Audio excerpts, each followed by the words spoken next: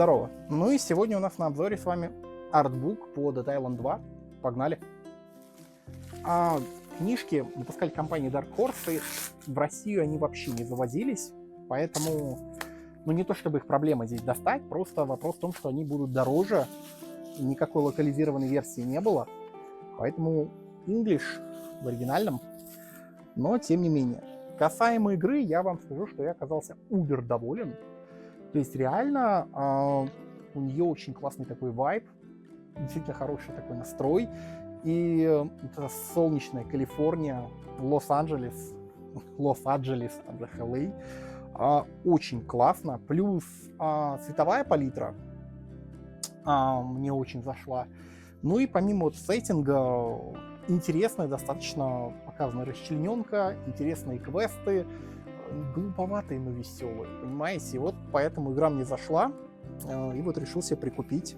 У нас с вами здесь имеется матовая обложка с глянцевой лакировочкой на Dead Island.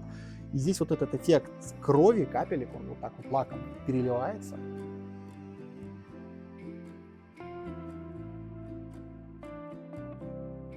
Ну а внутри нас с вами ждет красочный артбук на целых, 208 страниц. Сейчас для вас его буду листать. И страдать. Ну так, нормально.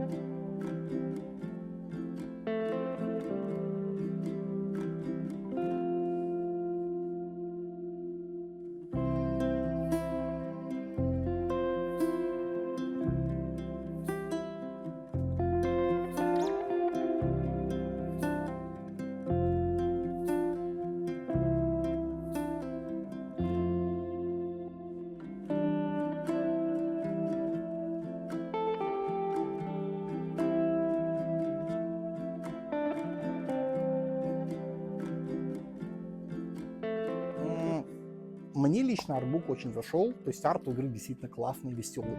Того, кстати, чтобы вам собрать коллекционные издания по игре, которые, мне кажется, что вот должны было в одной коробке, вам нужно будет, я думаю, взять вот, естественно, вот эту лимитку, Hello Edition. В ней же шел, собственно, вот такой стилбук с одинаковым здесь артом. Дополнительный стилбук выходил вот такой. И вот такая фигурка одной из 6 главных героев Фэнни. В принципе, вот так, наверное, и выглядит коллекционка, если вот собрать все по серии по Detailing 2.